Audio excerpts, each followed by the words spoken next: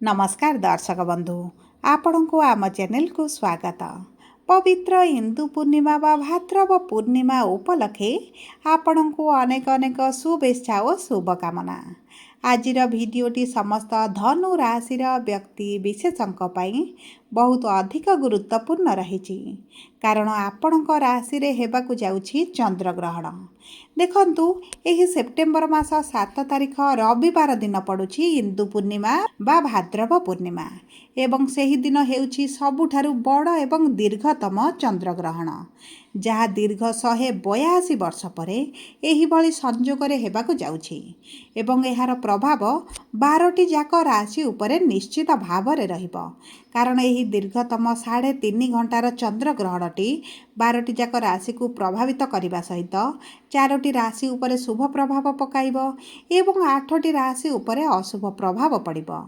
किंतु आपणक धनु राशि उपरे कौन प्रभाव रहिबो ताहा जानिबा पाई आपण आम सह भिडियोर शेष पर्यंत जोड़ी होई रुहंतु एवं निजर व्यस्त बहुल समय मध्यरु मात्र 10 मिनिट समय आपण निज पाई दियंतु। देखंतु दर्शक बंधु, आपणक धनु राशि रे चलीछि शनिकर अढ़ेई एवं आपणक राशि रे शनि मध्य रहिचंती वक्री स्थिति रे। तेणुकरी एही ग्रहणटी आपणक जीवन में बहुत अधिक प्रभाव पकाइबो। तेबे विलंब न करी आसंतु कार्यक्रमटी को आग को बढ़ाइबा एवं जानिबा आपणकर राशि सही 4टी भाग्यशाली राशि मानक मध्यरु गोटिए राशि जहाँ उपरे शुभ प्रभाव पड़िबो ना सही 8टी राशि मानक मध्यरु गोटिए राशि जो राशि उपरे अशुभ प्रभाव पड़िबो। किंतु भिडियोटी आरंभ करने पूर्वरु जदि आपणकर भी धनु राशि होइथाए एवं आपण भी ईश्वर को आंतरिक भक्ति एवं विश्वास करती तेबे भिडियोटी को लाइक करंतु एवं कमेंट बॉक्स रे जय जगन्नाथ जय माँ लक्ष्मी अवश्य लिखि दियंतु। ता सहित आपणक मन रे जहाँ भी प्रश्न रही जहाँ भी द्वंद्व रही आपण कमेंट बॉक्स रे लिखि जणांतु। आमे आपणक प्रश्नर उत्तर देबा पई यथा संभव प्रयास करिबु। देखंतु विलंब हेले मध्य आपणक प्रश्नर आमे निश्चित उत्तर देबु। ता सहित दर्शक बंधु आम सह जोगाजोग करिबा पई वीडियोर मध्य भागरे एक व्हाट्सएप नंबर टी दिया जाइछि, जो नंबर साहाय्य आपण आम सह जोगाजोग करी निजर नूतन कुंडली प्रस्तुत करि परिबे, कुंडली विश्लेषण कराई परिबे किंबा आपणकर चाकरी विवाह व्यवसाय प्रेम संपर्क को नहीं किछि समस्या रही ताहार सहजरे समाधान करि परिबे। एसेथिपई आपण आम सह शेष पर्यंत जोड़ी होई रुहंतु एवं व्हाट्सएप नंबर माध्यम रे आम सह जोगाजोग करंतु। एबे आसंतु कार्यक्रमटी को आग को बढ़ाइबा एवं जानिबा आपणकर एही ग्रहण परठारु आपणकर राशि उपरे किभଳି प्रभाव पड़िबा पई जाउछि। किंतु ता पूर्वरु जानिबा आपणक धनु राशि रे नवग्रहकर स्थिति एही ग्रहण दिन किभଳି रहिबो। देखंतु आपणकर तृतीय गृह रे राहु, चतुर्थ गृह रे शनि, सप्तम गृह रे देवगुरु बृहस्पति, अष्टम गृह रे शुक्र, नवम गृह रे सूर्य बुध एवं केतु एवं दशम गृह रे मंगल विराजमान करिसंती, जहा फल रे सही गृह गुड़िकरे सेमानकर प्रभाव अधिक रहिबो। तेबे सर्वप्रथमे देखिबा आपणकर स्वास्थ्य किभଳି रहिबो। देखंतु आपणकर राशि रो स्वामी हेउचंती देवगुरु बृहस्पति, जे आपणकर सप्तम गृह रे अछंती। ता सहित आपणकर षष्ठ गृह रो स्वामी हेउचंती शुक्र, जे आपणकर अष्टम गृह रे जहाँ मृत्युतुल्य कष्टर गृह बा मृत्युर गृह बोली मध्य कुआ जाय थाए। तेणुकरी शुक्रंकर स्थितिटी आपणकर चंद्रमांकर राशि रे बा कर्कट राशि रे रहिछि। तेणुकरी आपणकर स्वास्थ्य रे आपण निश्चित भाव रे किछिटा समस्या देखिबे। विशेष भाव रे आपणक पेट रे किछि समस्या आपण अनुभव करि पारंती। आपणकर गैस हेउ, डाइजेशन रे प्रॉब्लम हेउ, आपणकर स्टोमाक रे समस्या हेउ, जदि आपण महिला होइथांती तेबे आपणकर गर्भाशय बा आपणकर परिस्रा जनित किछिटा समस्या आपण देखि पारंती। इन्फेक्शन होई पारे किंबा अलगा कोनोसी समस्या पई आपण टिके कष्ट पीड़ा मध्य अनुभव करि पारंती। सेति पई आपण निज स्वास्थ्य को बहुत अधिक जगिबाकू पड़िबो।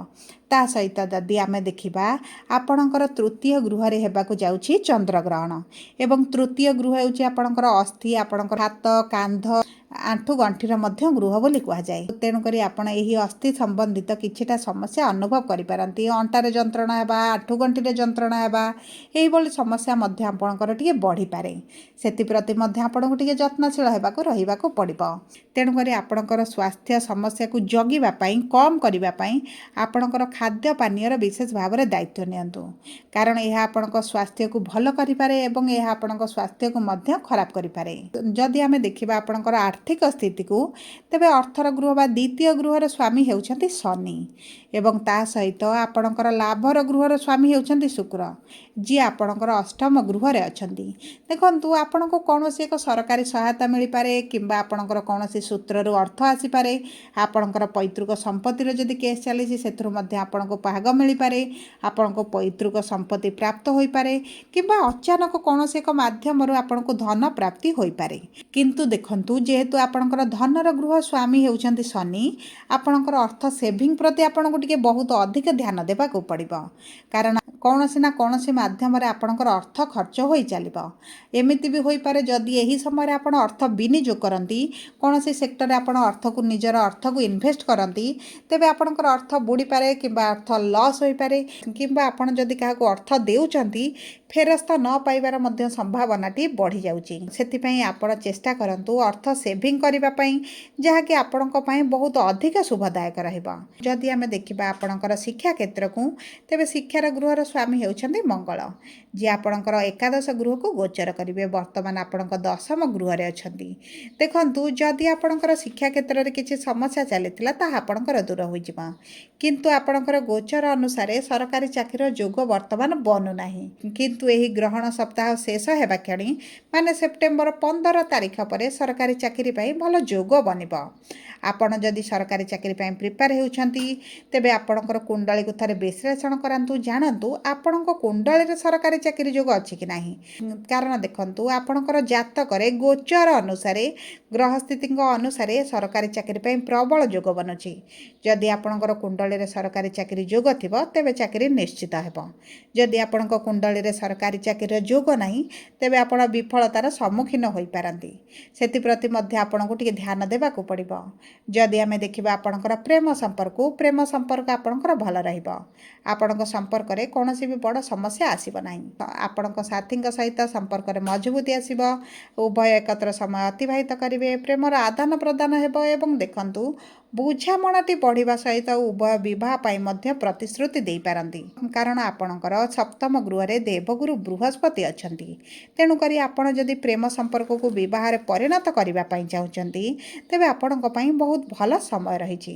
କିନ୍ତୁ ଦର୍ଶକ ବନ୍ଧୁ, ଆପଣଙ୍କ କୁଣ୍ଡଳୀରେ ଯଦି ପ୍ରେମ ବିବାହର ଯୋଗ ନଥିବ, ତେବେ କୌଣସି ନା କୌଣସି ବାଧା ବିଘ୍ନ ସମସ୍ୟା ହେତୁ ଆପଣଙ୍କ ବିବାହ ହୋଇ ନପାରେ। ସେଥିପାଇଁ କୁଣ୍ଡଳୀରେ ପ୍ରଥମେ ଜାଣନ୍ତୁ ପ୍ରେମ ବିବାହର ଯୋଗ ଅଛି ନା ନାହିଁ। ସେଥିପାଇଁ ଆପଣ କୁଣ୍ଡଳୀ ବିଶ୍ଳେଷଣ କରାଇ ଜାଣନ୍ତୁ ଆପଣଙ୍କର ପ୍ରେମ ବିବାହର ଯୋଗ ବନୁଛି ନା ବନୁନାହିଁ। ଯଦି ବନୁଛି, ତେବେ ଆପଣଙ୍କ ପାଇଁ ବହୁତ ଭଲ ରହିଛି। ଯଦି ନ ବନୁଛି, କିଛିଟା ପ୍ରତିକାର କରନ୍ତୁ, ଉପାୟ କରନ୍ତୁ, ଯେ ଆପଣଙ୍କର ପ୍ରେମ ବିବାହର ଯୋଗ ମଧ୍ୟ ଆସିପାରେ।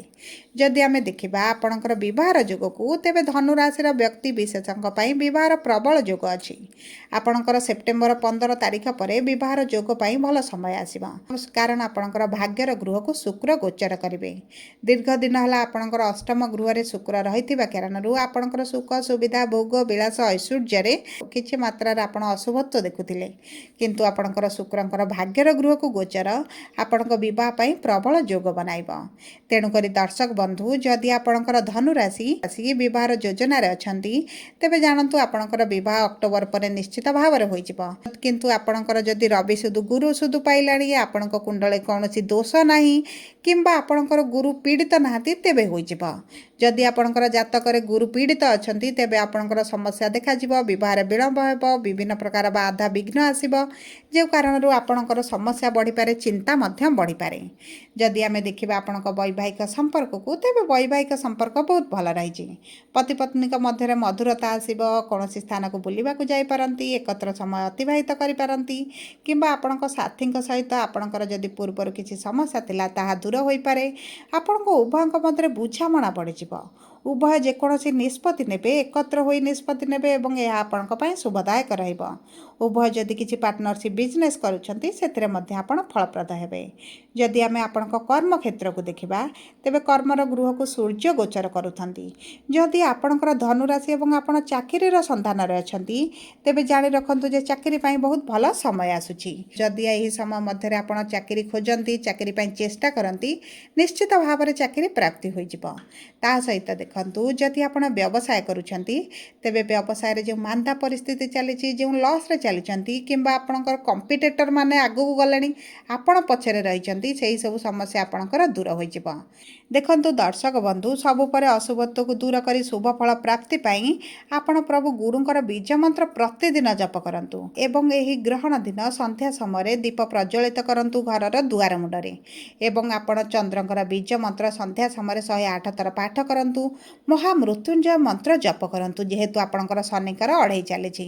ତା ସହିତ ଦେଖନ୍ତୁ ଦର୍ଶକ ବନ୍ଧୁ, ଚନ୍ଦ୍ରଗ୍ରହଣର ପରଦିନ ଆପଣ ଯଦି କିଛି ଖାଦ୍ୟ ଦାନ କରନ୍ତି ଗରିବ ଲୋକମାନଙ୍କୁ, ଏହା ମଧ୍ୟ ଆପଣଙ୍କୁ ବହୁତ ଅଧିକ ଶୁଭ ଫଳ ପ୍ରଦାନ କରିବ।